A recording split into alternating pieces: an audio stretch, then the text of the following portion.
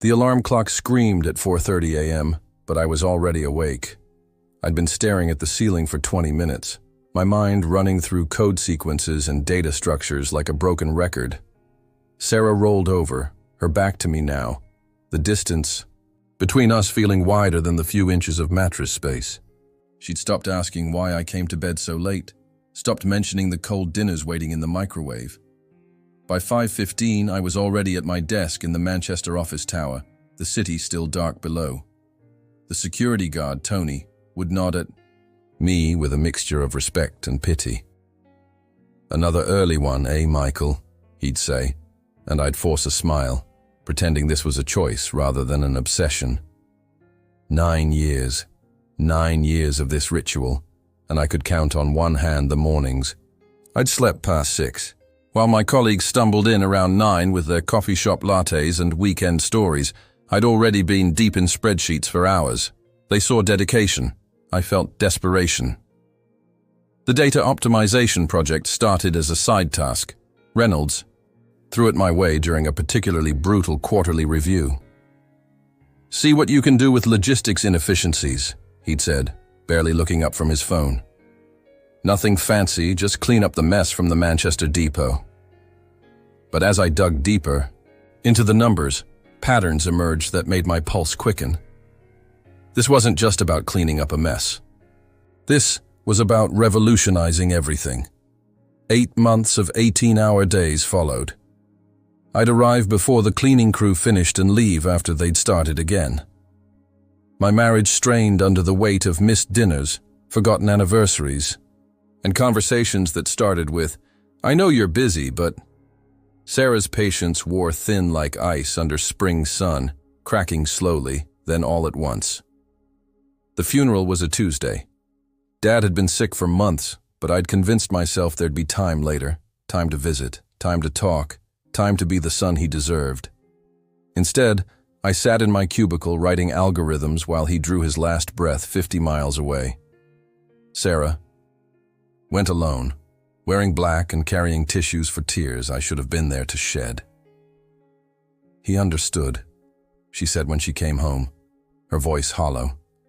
But the way she looked at me, like I was already a stranger, told me everything about what I was becoming. The guilt sat in my stomach like a stone. But deadlines don't pause for grief. The project consumed me because it was easier than facing what I'd lost.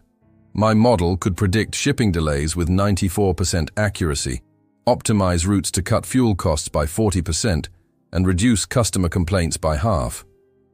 The mathematics were beautiful in their simplicity, elegant solutions to problems that had plagued the company for years. I'd created something that could save millions annually while improving service across the board. The night before the presentation, I worked until dawn, fine-tuning every slide, rehearsing every transition. My reflection in the black computer screen looked skeletal. Hollow cheeks, dark circles, the ghost of the man Sarah had married. But tomorrow would change everything. Tomorrow would make it all worthwhile. I practiced my pitch to empty conference rooms, timing each segment, anticipating questions. Reynolds would see the genius in it. The board would recognize my value. 9 years of sacrifice would finally pay dividends. I'd get the promotion to senior analyst, maybe even team lead. Sarah and I could take that holiday to Scotland she'd been mentioning. We could rebuild what the work had nearly destroyed. Standing in the shower that morning, letting hot water wash away the exhaustion, I felt something I hadn't experienced in months. Hope. Real, tangible hope that my life was about to change direction, that the man staring back from the bathroom mirror might finally be worth the reflection. I drove to work through Manchester's morning traffic with unusual lightness, my laptop bag, containing 8 months of my life, reduced to 30 slides that would reshape my future. Today was the day everything would make sense. Reynolds kept me waiting for 43 minutes. I know because I watched every second tick by on the conference room clock, my palms growing damp against the leather portfolio containing my life's work. His assistant, Janet, avoided eye contact when she brought me water I didn't want, her uncomfortable smile telling me she knew something I didn't. When he finally walked in, Reynolds didn't apologize for the delay. He settled into his chair like a king taking his throne, straightening his Hermes tie with deliberate slowness.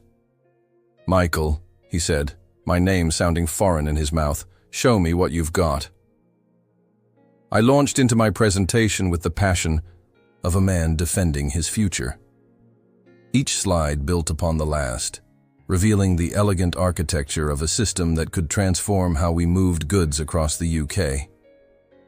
I explained the algorithm's predictive capabilities, demonstrated cost savings with real depot data, showed efficiency gains that would make our competitors weep. Reynolds watched with the expression of a man sampling wine he'd already decided to buy. Occasionally he'd nod, scribble something in his notebook, or mutter "interesting" in a tone that felt rehearsed. But his eyes never held the spark I'd expected, the recognition that he was witnessing something revolutionary. "Decent work," he said when I finished, the words landing like a slap. Decent. 9 years of loyalty, 8 months of obsession, my father's funeral missed for decent work. "I'd like to review this more thoroughly," Reynolds continued, extending his hand. "Leave the files with me, all of them, including your research notes." Something in his tone made my stomach clench, but I handed over the USB drive containing everything: source code, documentation, test results, even my preliminary sketches from those first breakthrough nights. What choice did I have? He was my boss. I was a company man. "We'll discuss next steps soon," he said, already standing, already dismissing me. 5 days passed in agony. Every time my phone buzzed, I expected Reynolds's call. Every meeting invitation in my inbox sparked hope that turned quickly to disappointment. Colleagues began asking about the big project, and I found myself making excuses, promising updates that never came. Then came Tuesday morning's company-wide email. The subject line read, "Breakthrough innovation in logistics optimization." My hands trembled as I clicked it open. "I'm thrilled to announce a revolutionary new system developed by our Senior Strategy Director, James Reynolds," the CEO's message began. "This groundbreaking logistics model promises to reduce operational costs by 40% while dramatically improving service reliability." The blood drained from my face as I read further. Every feature I'd developed was there. The predictive algorithms, the route optimization protocols, even the specific efficiency percentages I'd calculated. But my name appeared nowhere. 8 months of my life had been erased with the stroke of a keyboard. I printed the email with shaking hands and walked to Reynolds' office.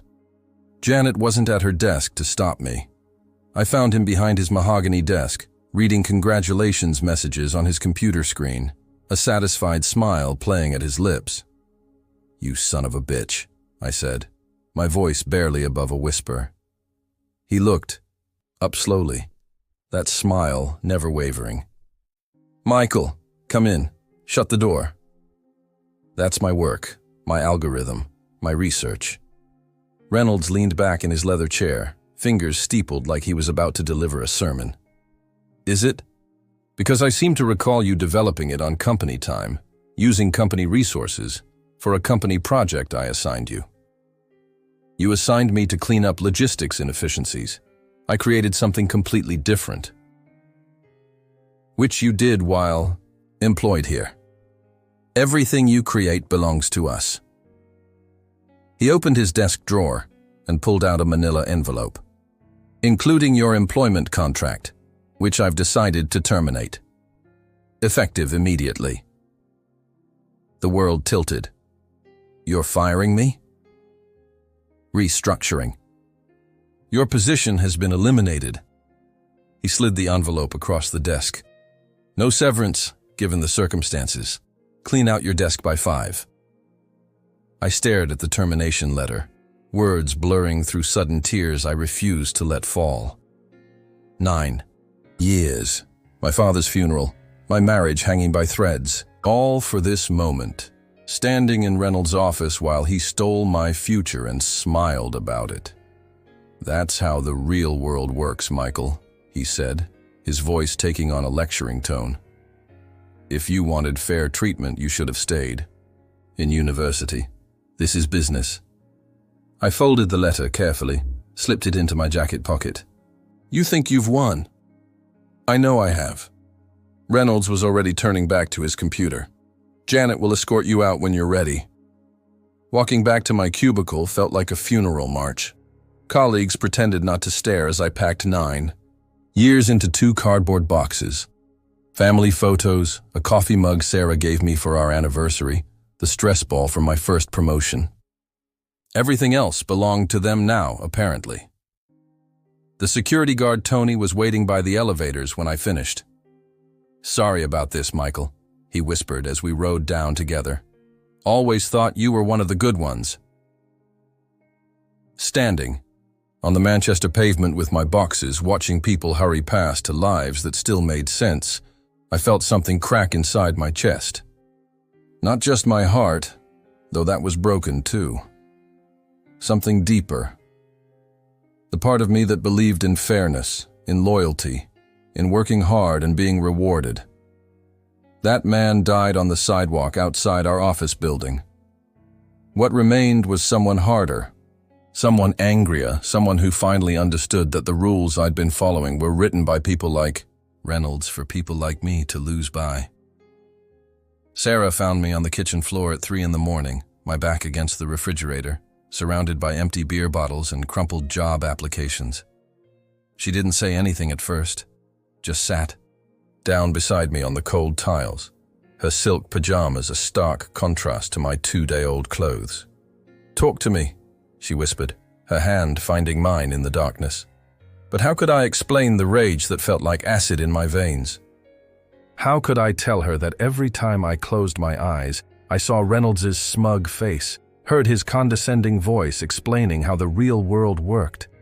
How could I admit that the man she'd married, the one who believed in hard work and playing by the rules, had been murdered in that office, and she was now living with his angry ghost? "I trusted him," I finally said, the words scraping my throat raw. 9 years, Sarah. I gave him 9 years. She squeezed my hand tighter. "You'll find something better, someone who appreciates what you can do." But I wasn't thinking about other jobs. I was thinking about justice. The idea came to me during one of my sleepless nights when I was scrolling through LinkedIn and saw a congratulations post about Reynolds' innovative breakthrough. In the comments, I noticed a name that made my pulse quicken. David Norwick, Senior Vice President at Norwick International, our company's largest client. David and I had worked together directly for 3 years. While Reynolds schmoozing with executives at expensive restaurants, I was the one in the trenches with David, solving problems, meeting impossible deadlines, building the kind of trust that money couldn't buy. He knew my work, respected my expertise, and most importantly, he had no idea what Reynolds had done to me. I started keeping notes. Not revenge fantasies, something more practical. I documented every interaction I'd had with Norwick International, every problem I'd solved, every relationship I'd built. I catalogued other colleagues who'd left under suspicious circumstances, people who might share my newfound clarity about how things really worked. The first call I made was to Emma Chen, a brilliant systems analyst who'd been restructured 6 months earlier after questioning a budget decision. We met at a Costa Coffee in Piccadilly, both of us nervous, circling around the real conversation for 20 minutes before I finally said it. Reynolds stole my work, fired me for it, and I think we both know he's done worse to others. Emma's face went pale, then red, then something harder. He buried my harassment complaint against Miller from accounting, said I was being overly sensitive and that maybe I wasn't company culture material. By the end of our conversation, Emma had given me 2 more names. Marcus Webb had been forced out after refusing to falsify safety reports. Jennifer Park was terminated for insubordination after questioning inflated expense accounts. Each conversation revealed another layer of corruption, another colleague whose integrity had been crushed under Reynolds's machine. But it was David Norwick who held the key to everything. I spent a week crafting the perfect email, casual enough to seem spontaneous, professional enough to warrant a response. Fancy a catch-up over coffee? I'm exploring new opportunities and would love your perspective on the current market. David suggested lunch at a quiet pub in Canary Wharf. As we caught up over fish and chips, I carefully steered the conversation toward his company's ongoing projects, listening for opportunities, mapping the landscape of their needs. Honestly, Michael, he said, lowering his voice, we're not entirely happy with the current arrangement. Reynolds has been making promises about cost reductions that haven't materialized. The new logistics system he pitched was supposed to be revolutionary. But 6 months in, we're seeing minimal improvement. My heart hammered against my ribs. What kind of improvements were you expecting? 40% cost reduction, dramatically improved delivery times, better reliability metrics, classic oversell and underdeliver. We're actually considering our options when the contract comes up for renewal next month. I nodded sympathetically, fighting to keep my expression neutral. That's frustrating. What would you need to see in a new system? As David detailed their requirements, I recognized every specification. They were describing my original model, the one Reynolds had bastardized and botched in implementation, the one I could build better, faster, and more effectively than anyone alive. That night, I called Emma, Marcus, and Jennifer. By midnight, we were meeting in my garage, laptops spread across my workbench, the air thick with possibility and barely contained anger. Here's what I'm thinking, I said, looking at each of their faces in turn. We start our own company. We build the system Norwick actually needs. And we show the world what happens when good people stop playing by bad rules. Emma smiled for the first time since I'd known her. When do we start? I looked around at my makeshift team, brilliant minds who'd been crushed by the same machine that had nearly destroyed me. But we were still here, still standing, still capable of something extraordinary. Tomorrow, I said. We start tomorrow. Outside, Manchester slept under a blanket of rain clouds, unaware that in a suburban garage, 4 ghosts were plotting their resurrection. Reynolds had taught us how the real world worked. Now we were going to show him what happened when the real world worked back. 3 weeks of 16-hour days in my garage had produced something beautiful. Not just code, a complete logistics ecosystem that learned, adapted, and evolved with each data point. Emma's security protocols were bulletproof. Marcus's interface design was intuitive enough for a child to use, and Jennifer's financial modeling showed ROI projections that would make accountants weep with joy. But the real masterpiece was the pitch deck David Norwick would never forget.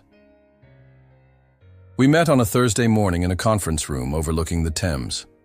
David brought his procurement director, his IT head, and a stern woman from legal who took notes in shorthand. I brought my laptop, my team, and 9 years of suppressed fury channeled into pure professionalism. Gentlemen, ladies, I began. Connecting my laptop to their projector, let me show you what 40% cost reduction actually looks like. The next hour was the performance of my life. Every slide built toward an inevitable conclusion, that what they'd been promised and what they'd been delivered were 2 different universes.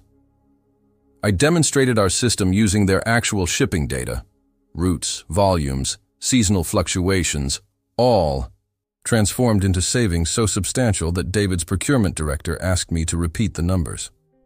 This is remarkable, Michael, David said when I finished. But I have to ask, how can you guarantee these results when your former employer couldn't deliver half of this? I smiled, savoring the moment I'd rehearsed in countless sleepless nights. Because, David, I built the original system they promised. You. This is what it was meant to be before corporate politics got involved. The room went quiet. David's legal advisor leaned forward. Are there any intellectual property concerns we should know about? None whatsoever. This is entirely new code, built from scratch using publicly available algorithms and our own innovations. It shares no DNA with any previous work. The lie came easily because technically, it wasn't a lie. I'd rebuilt everything, improved everything, made it unrecognizably better than what Reynolds had butchered. David looked at his team, then back at me. What kind of timeline are we talking about? Full implementation in 8 weeks, guaranteed savings visible within the first month, or you pay nothing beyond setup costs. By lunch, we had a handshake agreement. By 5 o'clock, legal documents were being drafted. By midnight, I was sitting in my kitchen with a glass of whiskey and a contract worth $120 million over 3 years. Sarah found me there, staring at the papers like they might vanish. "Is this real?" she whispered. "Very real." I pulled her onto my lap, feeling lighter than I had in months. We did it, love. We actually did it. Reynolds discovered what we'd done on a Monday morning that started like any other. I know because Emma still had friends in the office who fed us information. He'd arrived at 8:30, grabbed his usual double espresso from the machine, and settled behind his desk to review the weekend emails. The message from Norick International's legal department was buried between routine vendor communications and internal memos. A contract termination notice, effective immediately, citing failure to deliver promised performance metrics and invoking their early termination clause. According to Emma's source, Reynolds read it 3 times before the coffee mug slipped from his fingers, shattering against his marble desk surface and staining his shirt with brown liquid that looked remarkably like the color draining from his face. He spent the next hour making increasingly frantic phone calls. David Norwick's assistant politely informed him that Mr. Norick was in meetings all day. The procurement director was traveling.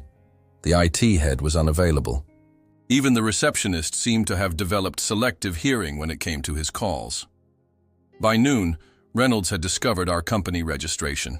By 2 o'clock, he'd found our website. By 4, he'd tracked down my new phone number.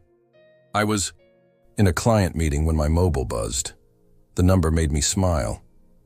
"Excuse me for just a moment," I told the potential client, stepping into the hallway. "I need to take this." "You bastard," Reynolds said without preamble. "You absolute bastard." "James," I replied, using his first name deliberately, savoring how it would strip away the power dynamic he'd once lorded over me. "How nice to hear from you.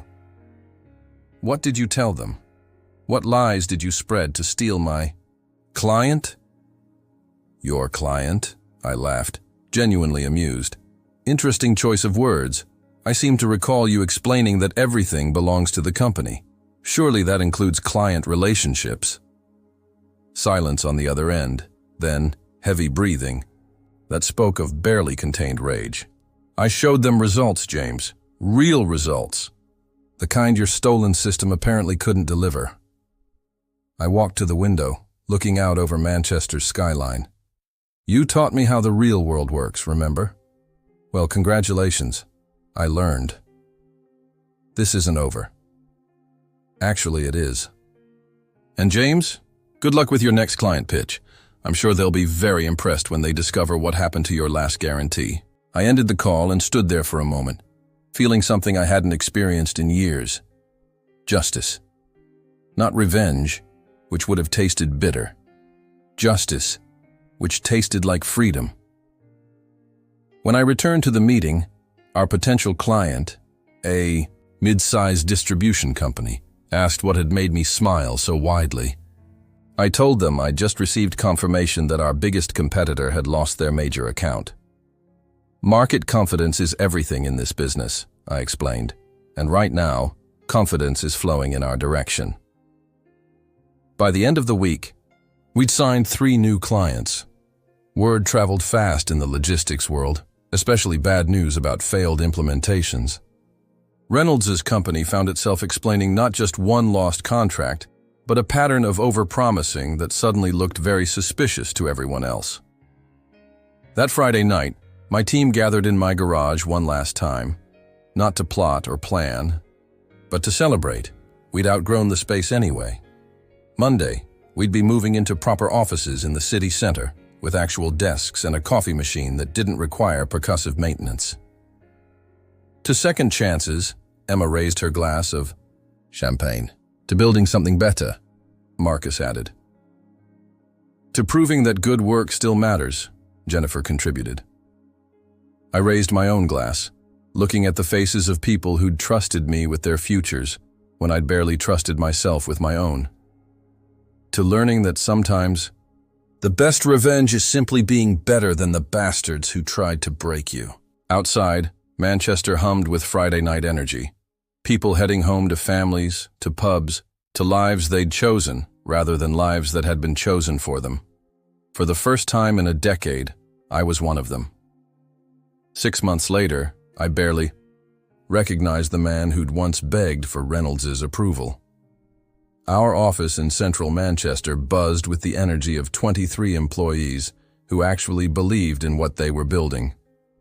The coffee was better, the laughter was real, and nobody worked 18-hour days unless they genuinely wanted to solve a problem that excited them. Norwich International's transformation had exceeded even our most optimistic projections. Their delivery times had improved by 57%, customer complaints had dropped to nearly zero, and their quarterly savings reports read like fantasy novels. But more than numbers, David Norwich sent me photos. Warehouse workers going home at reasonable hours, drivers who no longer needed to push dangerous schedules, logistics coordinators who'd stopped taking stress medication. You didn't just optimize our supply chain, David told me during one of our monthly reviews. You gave people their lives back. That success attracted attention from unexpected places. Harvard Business Review wanted to write about our disruptive approach to ethical business transformation. The Financial Times ran a feature on how 4 garage entrepreneurs revolutionized British logistics. Investment firms began calling with offers that made my head spin. But the sweetest vindication came from former colleagues. Tony, the security guard from my old building, was our first unexpected hire. He'd been laid off during budget cuts and mentioned during a chance encounter that he'd always been fascinated by technology. Turns out, decades of watching people work had given him insights into efficiency that surprised everyone. We hired him as our facilities coordinator, but his suggestions for workflow improvements saved us thousands in the first month alone. Others followed. Janet, Reynolds' former assistant, joined as our office manager after confiding that she'd been documenting his ethical violations for years, waiting for someone trustworthy to share them with. Marcus connected us with a brilliant developer who'd been blacklisted for questioning security practices at his previous firm. Emma recruited a data analyst who'd been fired for refusing to manipulate climate impact reports. We became a haven for people who'd chosen integrity over comfort, and they brought a collective expertise that money couldn't buy. The irony wasn't lost on me that we were thriving by implementing the exact opposite of everything I'd learned at my previous company. We worked reasonable hours because exhausted people make poor decisions. We shared credit generously because collaboration produced better results than competition. We paid fairly because loyalty earned through respect lasted longer than loyalty extracted through desperation. Most surprisingly, treating people well turned out to be profitable. Our second major contract came from Morrison Logistics, who'd heard about our work through industry connections. The third came from a referral from Norwich. By autumn, we had a waiting list of companies wanting our services, and I was turning down projects rather than compromising quality by expanding too quickly. Meanwhile, Reynolds's world was collapsing in slow motion.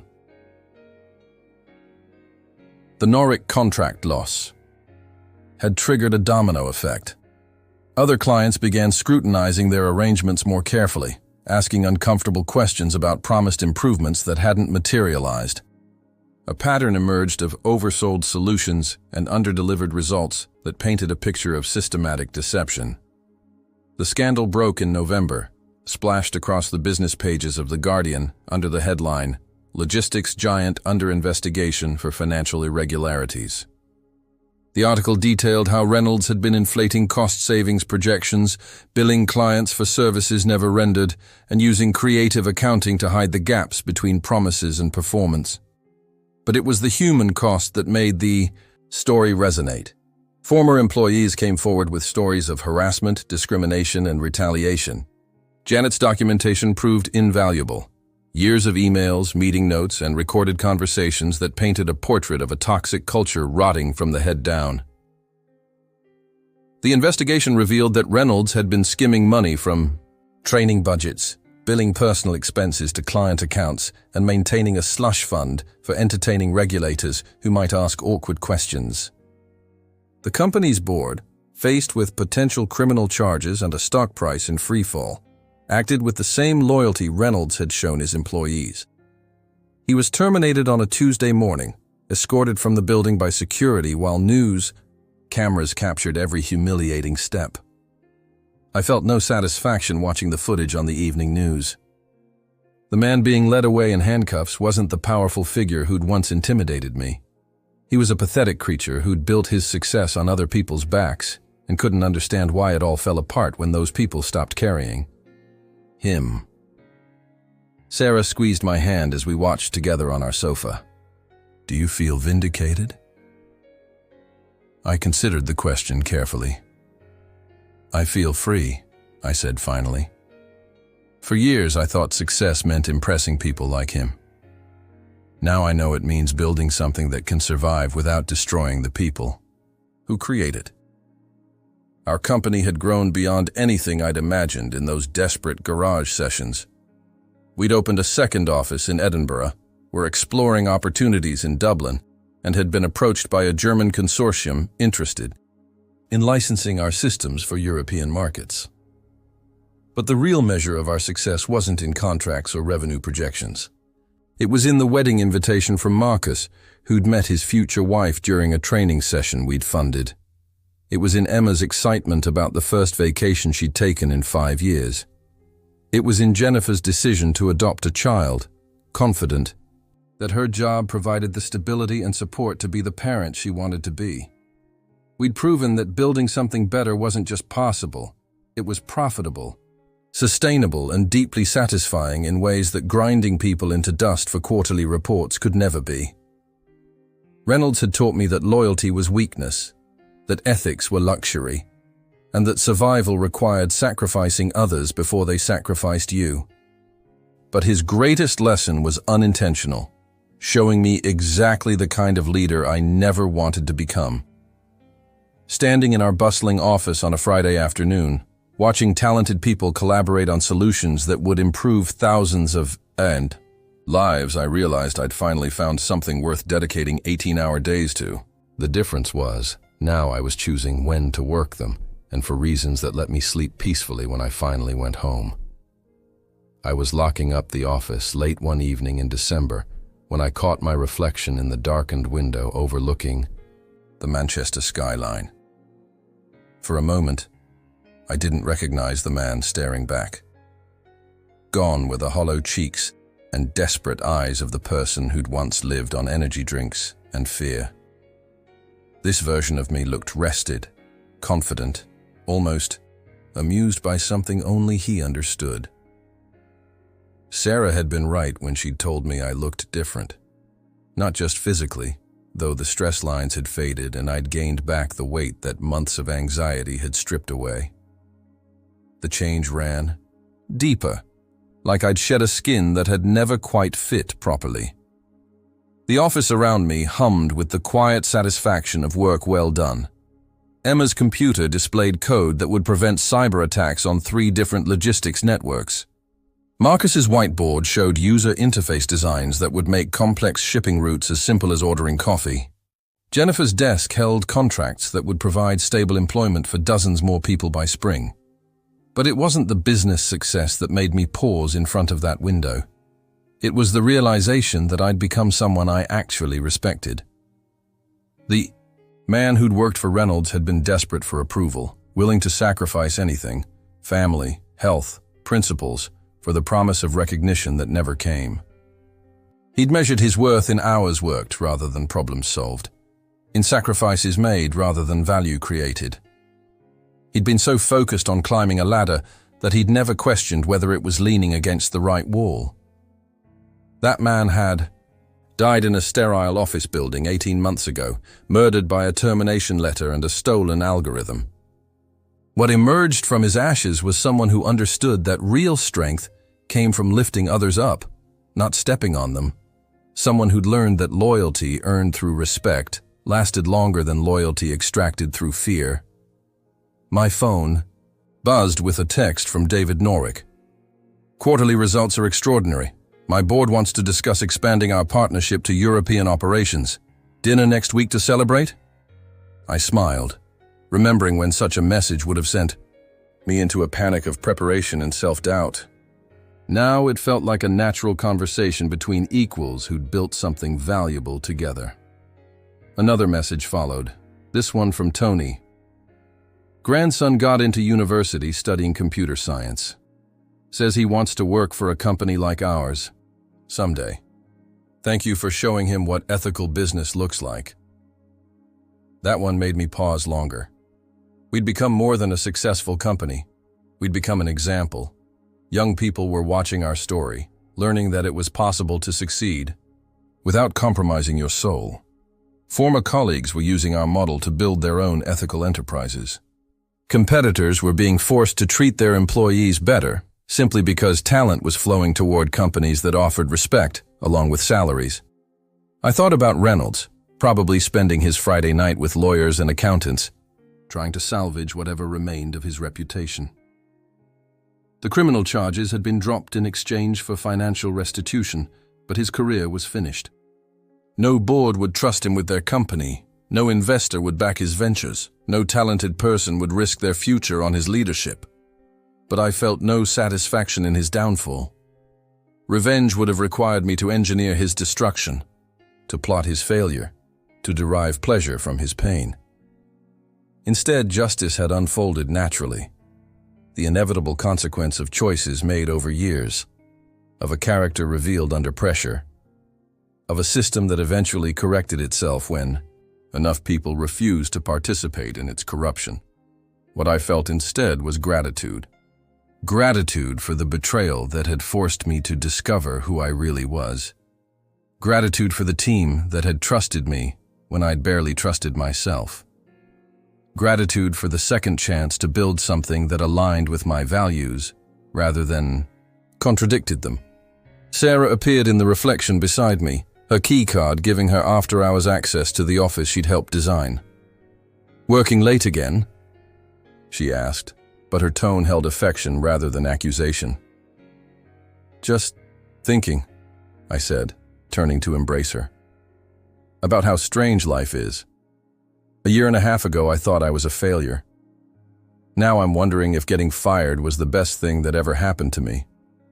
She studied my face in the way that only someone who'd loved you through your worst moments could. "You're different," she said. "Not just happier, stronger. Like you finally figured out who you were meant to be." I considered that as we walked to the elevator together. The man I'd been would have argued, would have pointed out all the ways he was still the same person, still carried the same insecurities and doubts. But honesty compelled me to admit she was right. I'd spent 9 years trying to become the person I thought others wanted me to be, molding myself to fit expectations that were never clearly defined. Now I was simply being myself, flawed, learning, but authentic in ways that made every conversation more honest and every decision more clear. The elevator carried us down through floors of businesses where people were probably still working late, chasing promotions and approval from bosses who might never appreciate their efforts.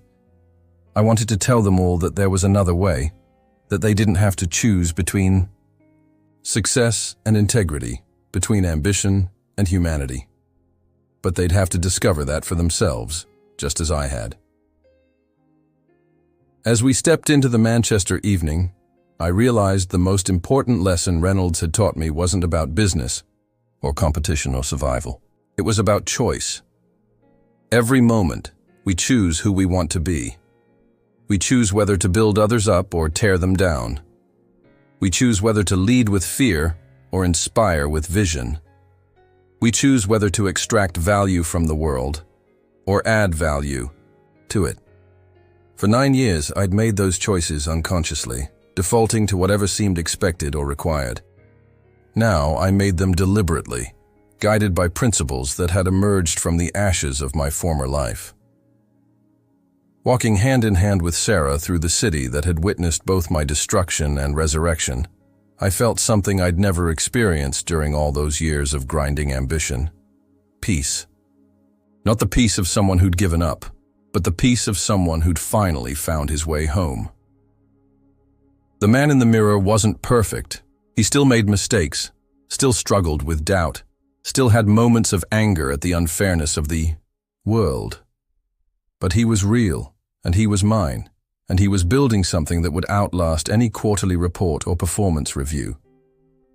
Reynolds had tried to teach me that the world was a zero-sum game, where someone's gain required someone else's loss. Instead, I'd learned that the best victories were the ones where everyone won. Employees who could take pride in their work, clients who received honest value, communities that benefited from ethical business practices.